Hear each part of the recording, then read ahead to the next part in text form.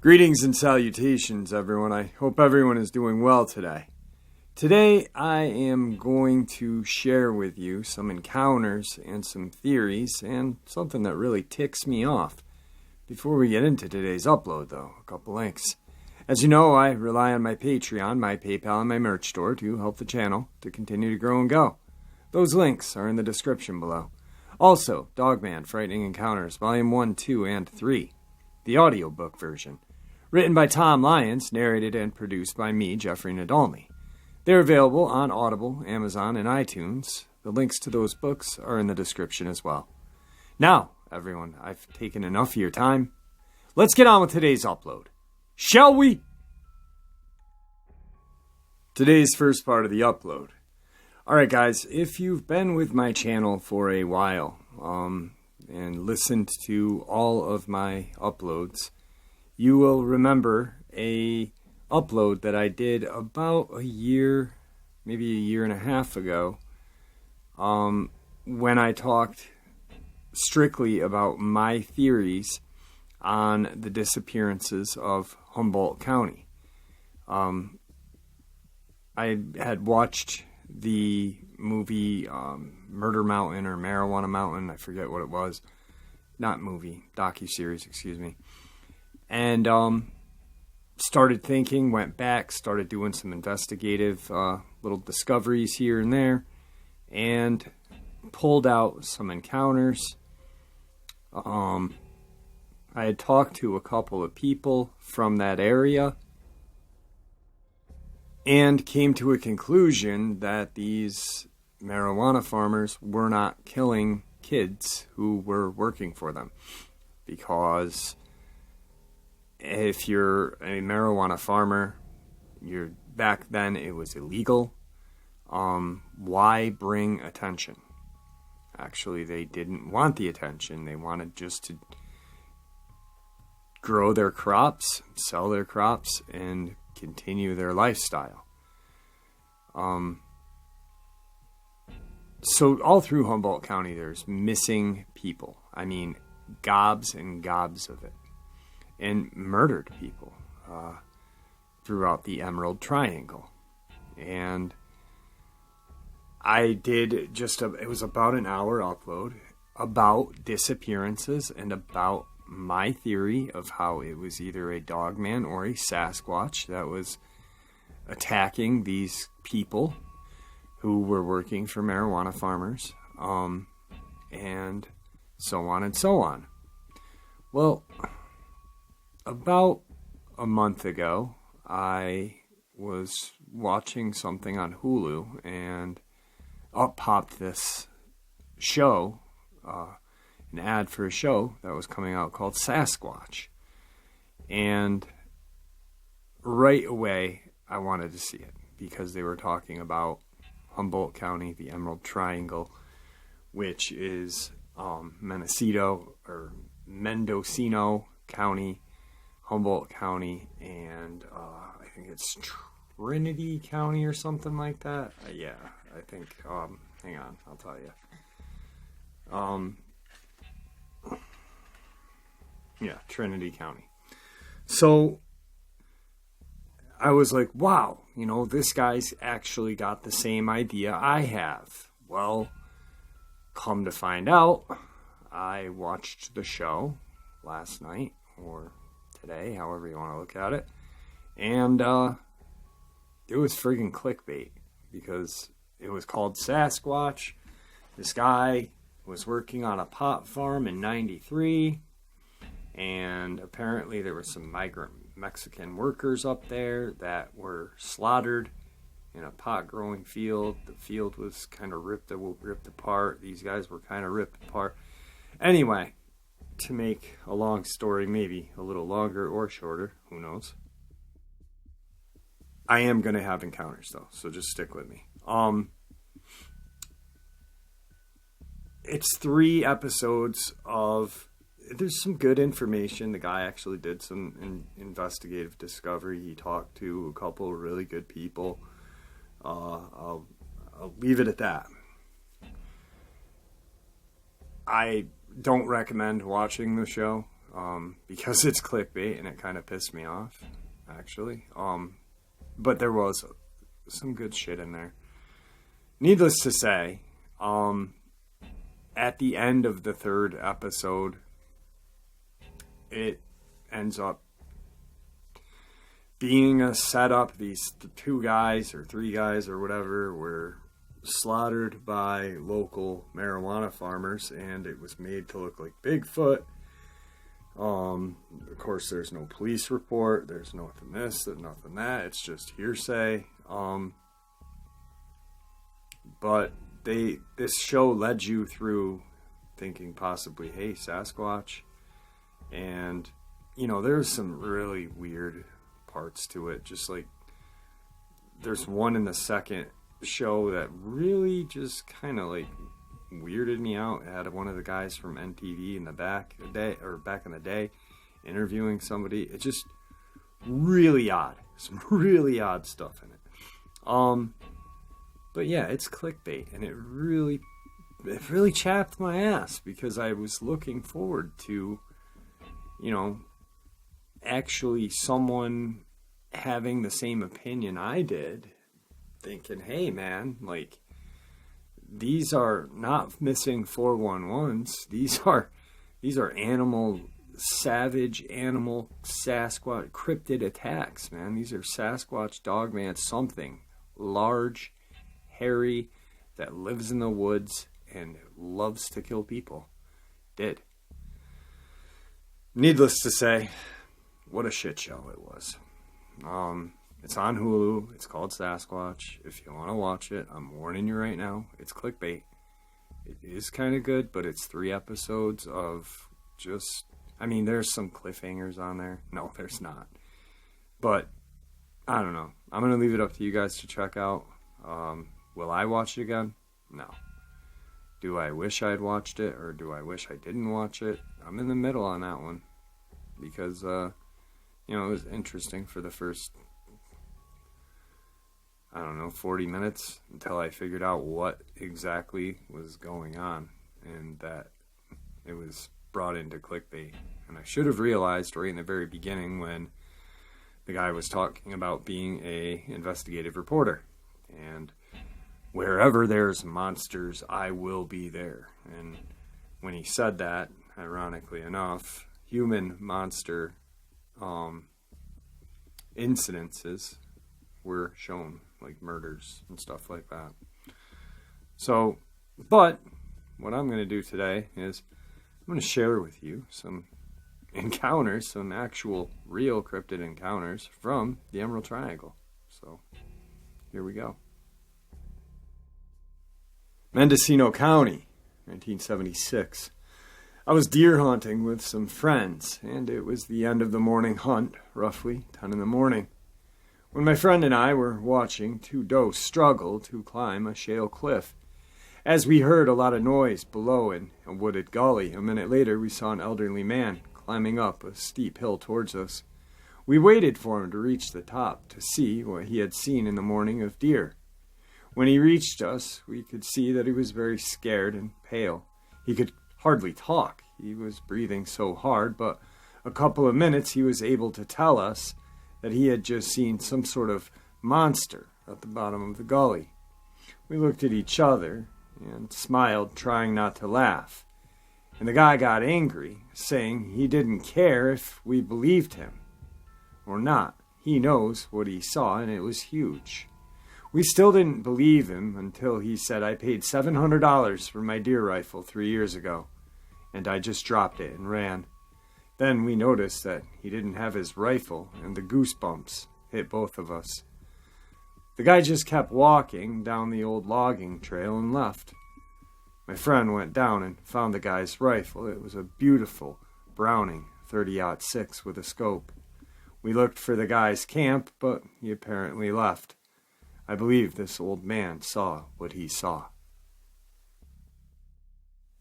Today's second encounter. My encounter took place in Albion, Mendocino, California, in the summer of 1966. I was 15 years old. My dad was a commercial fisherman, and he had the boat docked on the Albion River about 250 or 300 yards at the boat docks.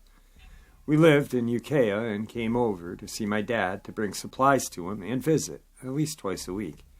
Soon after, we put the trailer on the flats near the boat dock and moved to the coast permanently. The encounter happened one evening just before dark, as the sun was going down over the hill. My parents, younger sister, and brother were on the boat getting ready for bed. It was right before 8 p.m. My older sister and I had to sleep in the car because there weren't enough bunks on the boat for us. We had blankets and pillows on the seat to sleep on. The car was a 57 two-door Pontiac. I had the back seat and the front. I remember it was being too early and light out. Didn't want to sleep. We sat there and talked as teenagers will do. Across the river, as the steep rolling hillside that had sheep grazing on it, that belonged to a man named Paul Anderson. We had the windows down as it was summer and really nice out. We were interrupted in our talking by the sounds of the sheep crying out in unison and baying in a way that didn't sound normal for sheep. We could see the sheep running frantically towards the west side of the hillside pasture. The sheep were scattering in different directions, separating to smaller bunches. To the left and upper part of the field, we both spotted two very large and hairy animals chasing the sheep. We thought that they were bears running on their hind legs like trained animals would. It was very alarming for us to watch these bears were terrorizing the poor sheep. Our position from the attack was about 150 yards or more. We watched as these big animals chased the sheep for what seemed like hours. In reality, the whole chase scene was about 20 to 30 minutes. As it got dark, we were sure the bears would swim the river and come for us next. We locked the doors and hid under the blankets for the rest of the evening. It honestly seemed like an eternity till morning came, and we could finally get out of the car and go to the boat to see our parents. We told them what had happened, and I know that they thought that we had stayed up all night dreaming up a story. That morning, we were up at the post office near the attack had occurred, and people were talking about the sheep being killed by a pack of wild dogs that were roaming around. The sheriff, Sam Costa, said it was unusual for dogs to kill and eat only the belly and insides of sheep. We heard about wild dogs for years after that, every time livestock were killed or mutilated by a predator. I never forgot what I saw or heard that night, and now know that it was not a bear or wild dog. Today's third part of the upload comes to us from the county of Mendocino, near Fort Bragg. It was dinner time, and all the campers were summoned to the evening meal outside the main lodge, approximately a quarter of a mile from my tent. I was not able to make it to dinner on time because I had a bloody nose and needed to lie down for a few minutes. After about 5 minutes, I returned to the nearby restroom to clean up, and that's when this incident occurred. What I didn't see because of the high bushes behind me and the sound, I did hear very clearly. I heard footsteps in the brush above the restroom. Whatever it was moving very slowly. I remember thinking that it was either a person walking very leisurely or something bigger walking at a normal gait. I didn't quite know what to do, so on impulse, I made a growling sound. Then the footsteps stopped, but resumed a couple seconds later. I repeated the growl, and the same thing happened. Since I was alone and frankly a bit nervous, since there was not supposed to be anyone else up in the woods with me at the time, I decided to go to dinner. I told a few fellow campers about the incident during dinner, and they were a bit skeptical. But after dinner, we returned to the area and decided to head toward the exact spot where the footsteps sounded to be coming from. I knew before seeing the footprints what I had heard, since there were many stories of sightings in the area. The ground was very solid, but I managed to make out several man-like footprints in the dirt, only they were much larger. My fellow campers verified what I seen. We decided to try to follow the prints, but since they were so shallow, it was difficult to determine the direction the creature had actually taken. But within a few minutes, our job was made easier because I once again heard the mysterious footstep noise. This time a fellow camper and myself decided to chase the creature making the noise, so we took off running in the direction of the noise. After about a minute of running uphill, I brought us to a halt to listen. We now heard the creature running away from us very quickly. We pursued it for a few more minutes, but the only thing we found was one set of toe prints in the area where the creature had been running from us. I don't recall experiencing the bad odor that is supposed to be associated with the Bigfoot-like creature. Today's fifth part of the upload. Back in February of 1977, a friend and his two old brothers and his younger cousin and I went backpacking in the Trinity Alps near Shasta, California. I was 17 years old at the time and would regularly take off from high school with my parents' permission to go on camping trips, as long as I kept my grades up. I don't remember the exact date, as it's nearly 26 years since the trip. My friend and his brother had camped at this area previously that year at the Trinity Alps. We departed from our homes in Whittier and Pico Riviera, California, in a newer model pop-up camper Volkswagen bus driven by one brother, and a 69 VW bus driven by the other brother. Since I wasn't driving, I don't recall the highways or the road to the campground that we took, and I no longer have contact with my friend and his family. I remember it took around 10 hours to get there. We had to turn off the main highway on a dirt road that we had to drive approximately 10 to 15 miles in order to reach the campground. On the way to the campground, on a dirt road, there were patches of snow on the ground, but the road was very drivable. About 8 miles on the dirt road, we saw an older model VW Beetle coming towards us. We flagged it down so we could ask the driver what the conditions were like at the campground.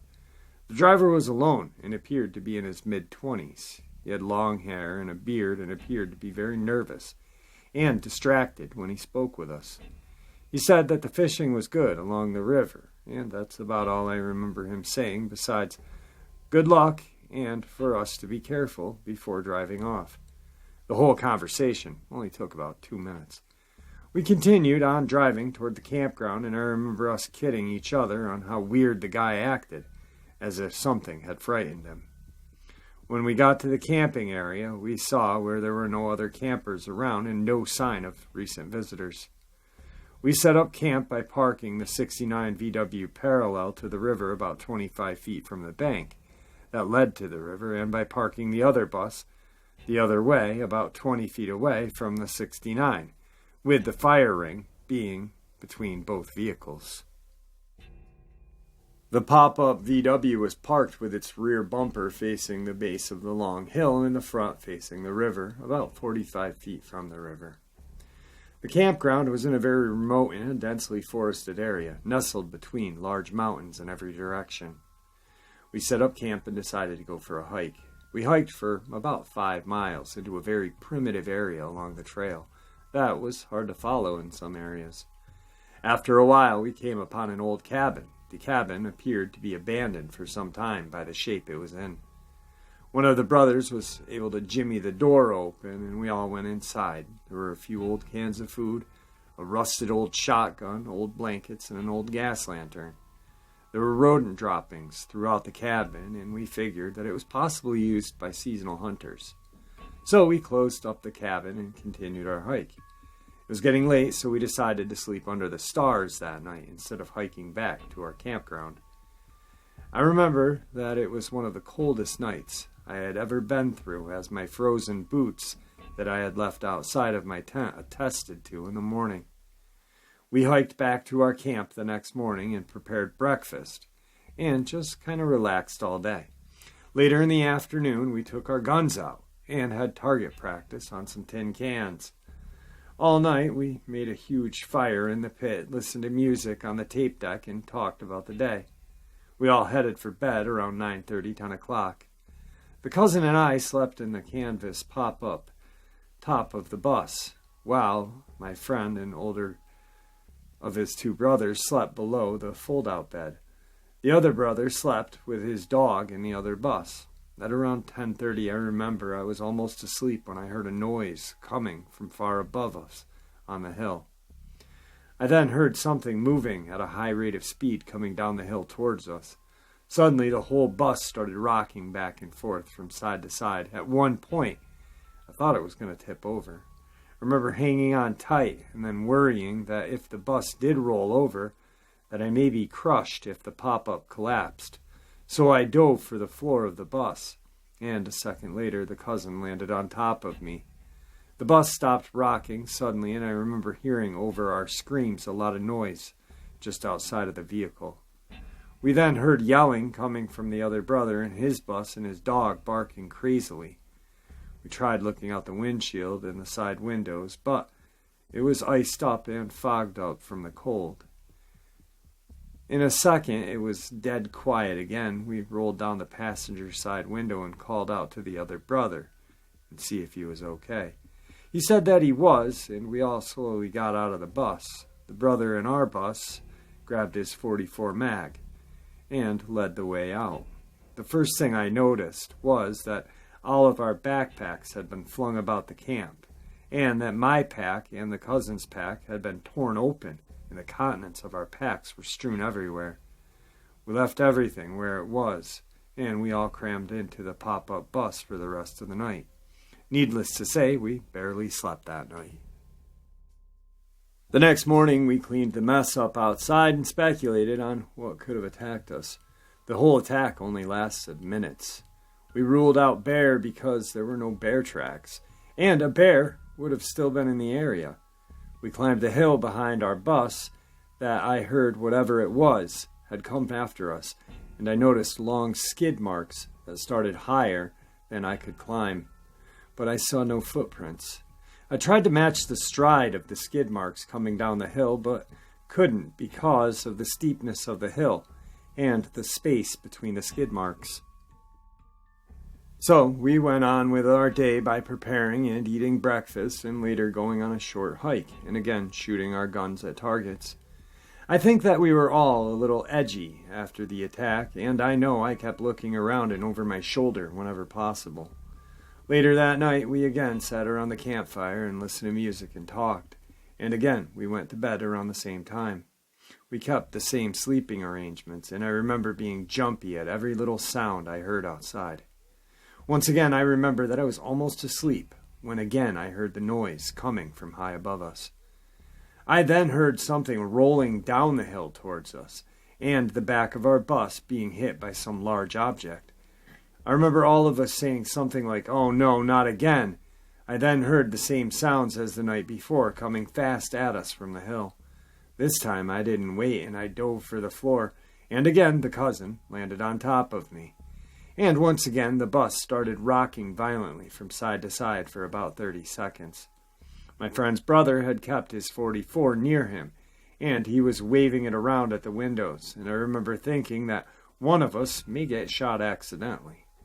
When the shaking stopped, we again heard the other brother yelling from his bus and his dog going completely nuts. We tried to see through the iced windows, again with no success. We exited the bus as soon as we were sure the attack was over, and called out to the other brother, who said he was okay. I remember the strong smell of something for a short while. With our flashlights beaming, we conducted a brief search in the immediate area. This time our packs were undisturbed. We walked to the back of our bus, and there was a large rock about 3 feet in diameter wedged between the rear bumper and the back tire of the driver's side. One side of the rock had a very pointed edge to it and was inches from the tire. Whatever had attacked us had thrown the boulder down first before it began its attack. We then noticed that the other bus that the brother was in, which was closest to the river, had either been pushed or dragged about 5 feet toward the river. Whatever had attacked us had been very fast and extremely strong. To have attacked so quickly and to have moved a whole VW bus by itself. Again, I don't remember getting much sleep that night, and the next morning we cut our trip short and packed everything up and got the hell out of there. Ironically enough, the first campground that we came to was the Bigfoot RV park not far down the main highway. If that helps with the location at all. We stayed there for a night and used the showers to clean up. And we slept for 12 hours straight, as I recall, before leaving for home the next day. I remember not having to drive too far to where there was a statue of a Bigfoot in the town called Red Bluff or something like that on the way home. I'm 43 years old now, and I have told this story to a few people, including my wife and 3 kids. My friends and I never really talked about it when we got back from our trip, only because it was so surreal, and I personally thought that people would think we made it up, or that we were insane. I remember for a long time after the trip that I would still get chills if I was home alone.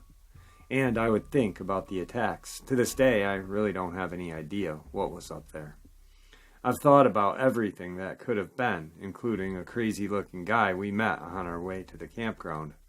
But it would have been impossible for him to match the strength and quickness that we witnessed those 2 nights. I don't believe in supernatural forces, monsters, aliens, and creatures that have never been discovered. I consider myself an intelligent man and a reasonable person. I've seen enough in the real world as a peace officer to believe in fairy tales. I'm only writing about my adventure because I saw an article on Bigfoot on AOL and decided to share mine. I thought it'd be fun to share this incident. To this day, I'm not saying that we were attacked by a Bigfoot because we never saw anything to support that claim. I'm only saying what I'm saying, and that we were attacked twice by some unknown man or animal with enormous quickness, stealth, and strength. The next year, my friend went back to the same campground with his brother and another friend, and no further incidences occurred. I'm open to any reasonable explanation, but I don't lose any sleep over this after all these years. I just thought it would be interesting to share. Today's 6th encounter. As my friends and I sat around our campfire about 3 miles from the trailhead at flat, well-trampled site, we heard a group of low-bassed voices mumbling down the hill and breaking large sticks. When the voices drew closer to our camp, we heard them change to a more high-pitched tone, possibly surprise and uncertainty. Since it was spring, the river was swollen, and my companions dismissed the noise as something like a scream-gargle echo. But when it suddenly stopped, there was a great absence of sound, and the river couldn't reproduce the noise. I then witnessed large, tall shadows move through the trees and down the bank to the flat granite riverbank. It was then that what I can only describe as a protest dance began. Whatever it was began stomping with enough force to almost bounce me up and down on a log seat, and the chants grew loud, spirited and quite hysterical.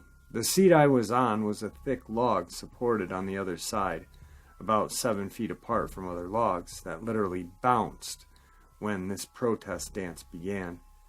The message of their chant was unmistakable in any language. Get the hell out of here.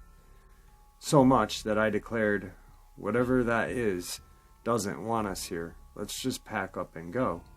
My friends, although visibly shaken, were still reluctant to concede our sight. Then, abruptly, the chants, actually shouts and screams, stopped, with a deep, hooted orders from what I believed to be a male. The pack of voices trailed off. I didn't relax again until I heard screams much later far up the valley, and then from the mountaintop on the other side. Just passing through, I thought. Later, just after I had settled down into my tent mate asked, "Did you hear that?" Even though I had my sleeping bag pulled back from my ears because I had heard the shuffling in exactly the place he described, I replied, "Nope," hoping it would just go away. I lie there on my back, watching the fires glow orange and then black. A silhouette had eclipsed our fire and was squatting in front of our tent. I caught a scream in my Adam's apple for fear I might frighten the creature into who knows what. It was so close I could feel its breath pushing against the nylon, and the warm stench filling the air. 5 digits appeared groping the zipper in curiosity. I could sense the way a German shepherd senses fear of an adolescence, that whatever this was knew that I knew it was there, and that I was literally scared shitless. I had to go, actually, before he arrived, but held it all night.